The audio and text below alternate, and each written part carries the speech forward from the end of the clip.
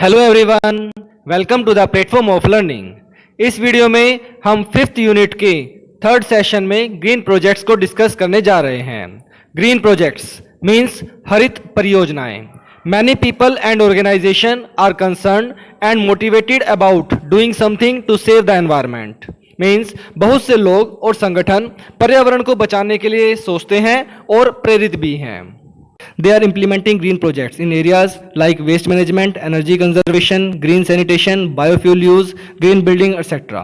जो वो काम कर रहे हैं वो बहुत से ग्रीन प्रोजेक्ट्स के एरियाज पे काम कर रहे हैं, जैसे कि वेस्ट को प्रबंधन किया जाए, ऊर्जा जो है उसको संरक्षित किया जाए, ग्रीन सैनिटेशन हो, बायोफ्यूल का यूज़ किया जाए जैसे कि सीएनजी हो गई, या फिर ग्रीन बिल्डिंग्स का यूटिलाइजेशन किया जाए। Examples of the green projects undertaken by some of the organisation are given in table to highlight the various aspects of green practices and techniques that could help us in saving our environment and making our efforts more focused for sustainable development and growth। तो जो सतत विकास है और उसकी बढ़ोतरी है, साथ ही साथ पर्यावरण को संरक्षित रखते हुए, सेव करते हुए हमें अपने एफर्ट करने चाहिए कि हम अपनी प्रैक्टिसेस में और तकनीक के अंदर इन ग्रीन एप्लीकेशंस को, ग्रीन स्किल्स को यूटिलाइज कर सकें। सो इस टेबल के अंदर सब कुछ दी गई है, वो सब ग्रीन प्रोजेक्ट्स के अंदर जरूरी है। तो उदाहरण है solid waste management by Swachh cooperative. Swachh cooperative is wholly owned by waste pickers.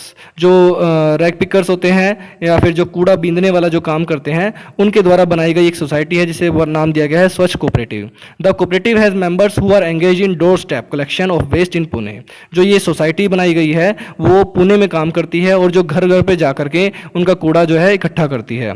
This integrates informal waste pickers into Pune city's solid waste management system. इससे हुआ क्या, जो अलग अलग से कूड़ा बीनने का काम करते थे वो सब इकट्ठे होकर के पुणे सिटी को साफ सुथरा रखने के लिए सॉलिड वेस्ट मैनेजमेंट सिस्टम का एक हिस्सा बन चुके हैं।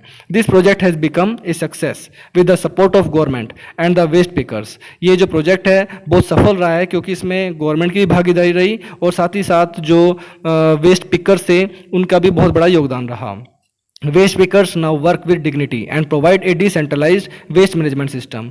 जो ये कूड़ा बीनने वाला जो काम करते हैं बहुत ही शिद्दत से काम करते हैं और एक decentralised waste management system provide करते हैं जिससे कि वो सारे मिल करके काम कर सकें।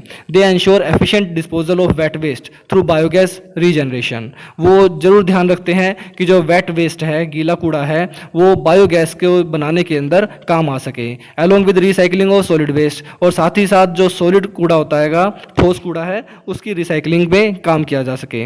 Biogas is produced from plant material and animal waste, garbage, waste from households and some type of industrial waste such as fish processing, dairies and sewage treatment plants। तो जो गीला कूड़ा निकलता है, चाहे वो घरों से निकलता हो, चाहे वो कहीं से भी निकल रहा हो, इंडस्ट्री से निकलने लग रहा है या फिर फिश प्रोसेसिंग से निकल रहा है, डेयरी से निकल रहा है, सीवेज के ट्रीटमेंट से निकल रहा है, उन सब चीज़ों को अलग अलग किया जाता है।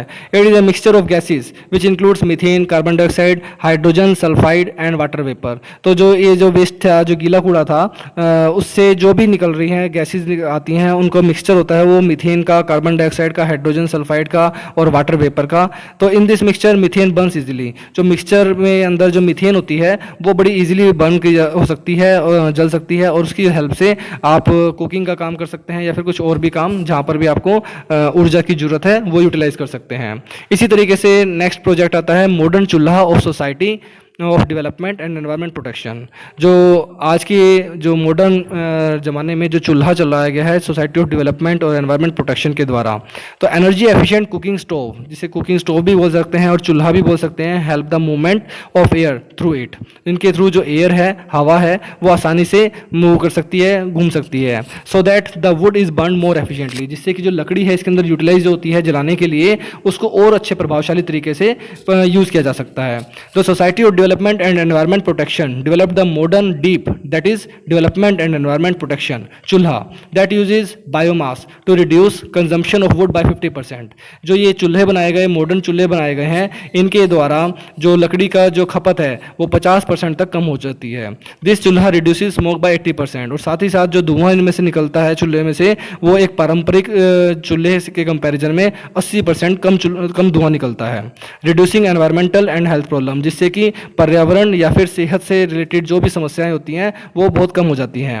The project trains masons and welders to produce the chulhas इस प्रोजेक्ट के तहत जो भी इसे बनाने वाले हैं, चाहे वो वेल्डर हैं या फिर लोहिए हैं, तो उन सभी को इसकी ट्रेनिंग दी जाती है। दस increasing employment and entrepreneurship opportunities. इससे होता क्या है कि जो नौकरी है या फिर एंटरप्रेन्योरशिप की जो अपॉर्चुनिटी है वो भी बढ़ोतरी होती है उनके अंदर भी। The initiative was started in 35,000 house of Solan district in Himachal Pradesh in 1995। ये जो इनिशिएटिव था, जो शुरुआत थी 1995 में करी गई थी, जिसके अंदर सोलन डिस्ट्रिक्ट हिमाचल प्रदेश में है, उसमें 35,000 घरों के अंदर इसे शुरुआती तौर पे लगाया गया था। नेक्स्ट प्रोजेक्ट आता है bio toilet by green solution foundation. तो एक बायो टॉयलेट बनाया गया, ये आपने देखा भी होगा गाँव में या फिर स्लम एरियाज में बहुत जगह पे दिखता भी है।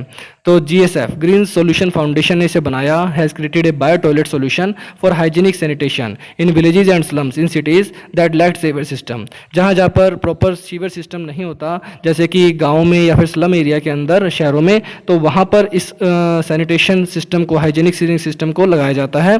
यूजर्स और donors fund these bio toilets while GSF provides training on toilet use and servicing involving the local population, thus creating employment and entrepreneurship opportunities.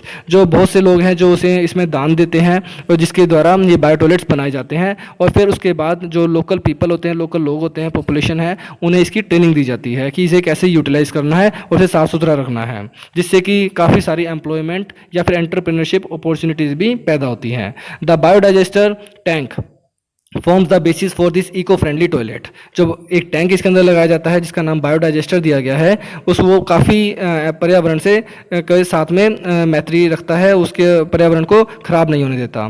Using aerobic bacteria this tank converts human waste into environmental standard compatible water which is use for flushing और even for irrigation. इसके द्वारा, इसके अंदर एक bacteria रहता है जिसके द्वारा जो टैंक में जो भी ह्यूमन वेस्ट होता है, तो वो उसको पर्यावरण के लगभग जो पास में रहे कि पर्यावरण को ख़राब ना करें, वो ऐसी चीज़ें में डिग्रेड कर देता है, जिसको आप वाटर को, जो उसके अंदर से लिक्विड निकलता है, उसको आप फ्लशिंग के लिए यूज़ कर सकते हैं या फिर खेती के लिए भी यूज़ कर सकते हैं। तो इसके ग्रीन बेनिफिट्स क्या होंगे?